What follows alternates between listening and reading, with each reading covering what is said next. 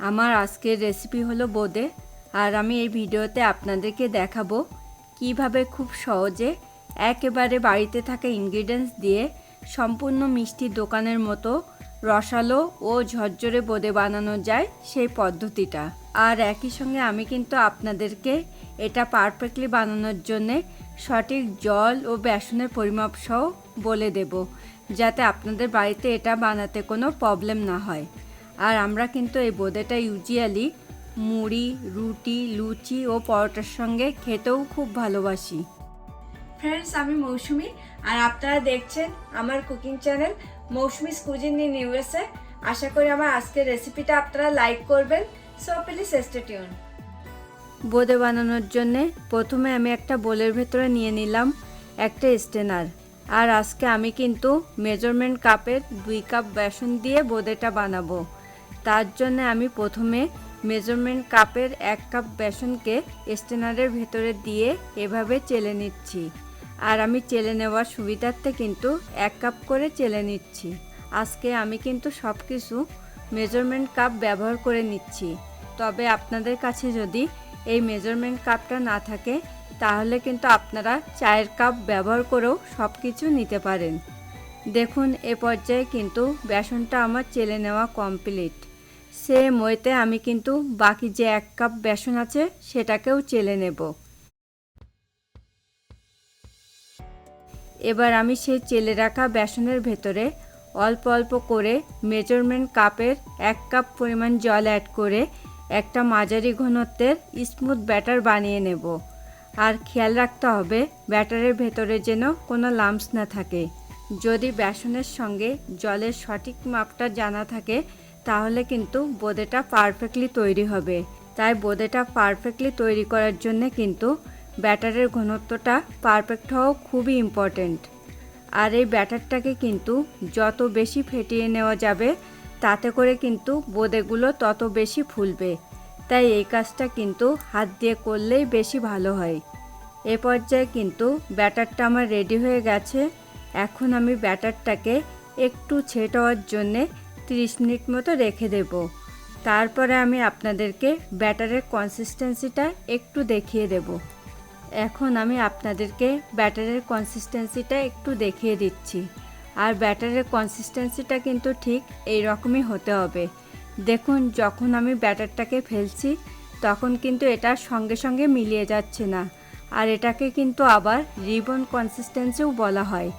মানে আমার বোঁদেটা বানানোর জন্য কিন্তু ব্যাটারের কনসিস্টেন্সিটা একদম পারফেক্টই আছে। দেখবেন যে মিষ্টির দোকানের বোঁদেগুলো কিন্তু বেশ কালারফুল হয়। তার জন্য আমি এখান থেকে কিছুটা ব্যাটার অন্য একটা পাত্রে নিয়ে নিচ্ছি। তারপরে আমি কিন্তু এটাতে পরিমাণ মতো রেড ফুড কালার মিশিয়ে নেব। তবে আপনারা যদি ফুড কালারটা লাইক না করেন তাহলে কিন্তু স্কিপ করে যাবেন। এখন আমি এখানে পরিমাণ মতো রেড ফুড কালার অ্যাড করে খুব ভালো করে এটার সঙ্গে মিশিয়ে নেব। তবে আপনারা চাইলে কিন্তু আপনাদের পছন্দ মতো ফুড কালারও এখানে অ্যাড করতে পারেন। আর আমি তো আগেই বলেছি এখানে কিন্তু ফুড কালারটা একেবারেই অপশনাল, তাই এটাকে কিন্তু আপনারা স্কিপও করতে পারেন। এ পর্যায়ে কিন্তু আমার ফুড কালারটা মিশিয়ে নেওয়া কমপ্লিট। এরপরে আমি এখানে 1 টিস্পুন সাদা তেল অ্যাড করে আবারও এটার সঙ্গে খুব ভালো করে মিশিয়ে নেব। আপনারা কিন্তু চাইলে এখানে সাদা তেলের পরিবর্তে ঘিও অ্যাড করতে পারেন। এ পর্যায়ে কিন্তু তেলটাও আমার মিশিয়ে নেওয়া কমপ্লিট। এই ব্যাটারটাতেও কিন্তু আমি 1 টিস্পুন সাদা তেল অ্যাড করে খুব ভালো করে মিশিয়ে নিচ্ছি। আর এই তেলটা অ্যাড করার কারণে কিন্তু যখন বোঁদেগুলোকে ফ্রাই করার জন্যে তেলে ছাড়া হবে তখন কিন্তু বোঁদেগুলোকে দ্রুত ক্রিস্পি হতে হেল্প করবে। আর আমি তো আগেই আপনাদেরকে বলেছি আপনারা কিন্তু চাইলে এখানে তেলের পরিবর্তে ঘিও অ্যাড করতে পারেন। এ পর্যায়ে কিন্তু তেলটাও আমার মেশানো কমপ্লিট। এখন কিন্তু আমার বোঁদেগুলোকে ফ্রাই করে নেওয়ার পালা। আমি আগে থেকে কিন্তু পরিমাণ মতো তেল গরম করে রেখেছি। আর আমার তেলটা বোঁদেগুলো ফ্রাই করার জন্যে পারফেক্ট গরম হয়েছে কিনা দেখুন। আমি সামান্য একটু ব্যাটার তেলে ছাড়লাম, তখন কিন্তু সেটা সঙ্গে সঙ্গে ভেসে উঠল। তার মানে আমার তেলটা কিন্তু পারফেক্ট গরম হয়েছে বোঁদেগুলো ফ্রাই করার জন্যে। এরপরে আমি এই রকম একটা ছিদ্রযুক্ত ঝাঁঝরির ভেতরে পরিমাণ মতো ব্যাটার দিয়ে বোঁদেগুলোকে তেলে ছেড়ে ফ্রাই করে নিচ্ছি। বোঁদেগুলোকে কিন্তু একটু দূর থেকে ছাড়তে হবে, তা না হলে কিন্তু একটার সঙ্গে একটা লেগে বোঁদেগুলোর শেপটা নষ্ট হয়ে যাবে। সেক্ষেত্রে কিন্তু বোঁদেগুলোর ভেতরে রসটাও আর ঠিকঠাক মতো ঢুকবে না। আর এই সময় কিন্তু আমি ওভেনের ফ্লেমটাকে মিডিয়াম টু লোতে রাখবো। এক ব্যাচ বোঁদে ফ্রাই হওয়ার পরে কিন্তু আর এক ব্যাচ বোঁদেগুলো তেলে ছাড়ার আগে ঝাঁঝরিটাকে খুব ভালো করে ক্লিন করে নিতে হবে, তা না হলেও কিন্তু বোঁদেগুলোর শেপটা ভালো আসবে না। আর বোঁদেগুলো কিন্তু ফ্রাই হতে 1 থেকে 1.5 মিনিট মতো টাইম লাগে। দেখুন আমার বোঁদেগুলো কিন্তু পারফেক্টলি ফ্রাই হয়ে গেছে। এখন আমি এগুলোকে অন্য পাত্রে তুলে নিচ্ছি। এবার আমি রেড কালারের বোঁদেগুলোকে ফ্রাই করে নেব। সেম ওয়েতে আমি বোঁদেগুলোকে তেলে ছেড়ে ফ্রাই করে নিচ্ছি। দেখুন বোঁদেগুলো কত সুন্দরভাবে পড়ছে, একটা কিন্তু একটার সঙ্গে লেগেও যাচ্ছে না। আর তাছাড়া বোঁদের শেপটাও কিন্তু একদম মিষ্টির দোকানের বোঁদের মতো হচ্ছে। আর আপনারা দেখতেও পাচ্ছেন যে এটা কতটা সহজে বানিয়ে ফেলা যায়। আমার আজকের এই রেসিপিটা আপনাদের কেমন লাগলো সেটা কিন্তু আমাকে অবশ্যই কমেন্ট করে জানাবেন। আর ভালো লাগলে কিন্তু প্লিজ ভিডিওটাতে একটা লাইক করবেন।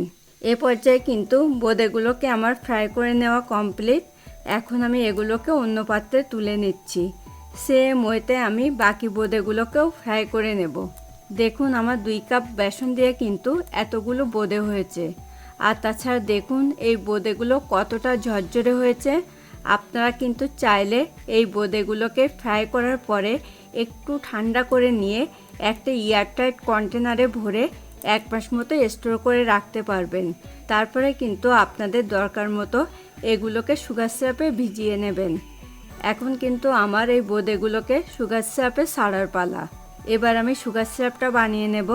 তার জন্য আমি একটা প্যানের ভেতরে দিয়ে দিচ্ছি মেজারমেন্ট কাপের 2 কাপ সুগার, 2 কাপ জল ও সুন্দর একটা ফ্লেভারের জন্য 5টা এলাচ। আর আপনারা যেমন মিষ্টি খেতে পছন্দ করেন সেই বুঝে কিন্তু এখানে সুগারটাকে সামান্য একটু কম বেশি করে নিতে পারেন। এই সুগার সিরাপটাকে কিন্তু 1 তারে বা 2 তারে পরিণত করার দরকার হয় না। জাস্ট এটাতে একটা আঠালো বা চিটচিটে ভাব চলে আসলেই কিন্তু সুগার সিরাপটা রেডি হয়ে যাবে। এখন আমি একটু চেক করে দেখছি এটাতে সেই আঠালো ভাবটা চলে এসেছে কিনা। এটাতে কিন্তু সেই আঠালো ভাবটা চলে এসেছে। আর এ পর্যায়ে আমি এখানে অ্যাড করে দিলাম 1 টিস্পুন লাইম জুস, যাতে সুগার সিরাপটা জমাট বাঁধতে না পারে। এরপরে আমি এখানে দিয়ে দিলাম 1 টিস্পুন ঘি, তাতে করে কিন্তু বোঁদের টেস্টটাকে অনেকখানি বাড়িয়ে দেবে। এরপরে আমি এখানে সেই ফ্রাই করে রাখা বোঁদেগুলোকে অ্যাড করে 1 থেকে 2 মিনিট মতো কুক করে নেব। এ পর্যায়ে কিন্তু বোঁদেগুলোকে আমার কুক করা কমপ্লিট। এখন আমি বোঁদেগুলোর ভেতরে যাতে সুগার সিরাপটা পারফেক্টলি ঢোকে তার জন্য আমি এটাকে 1 ঘন্টা মতো ঢেকে এভাবে রেখে দেব। আর ফিরে আসছি 1 ঘন্টা পর।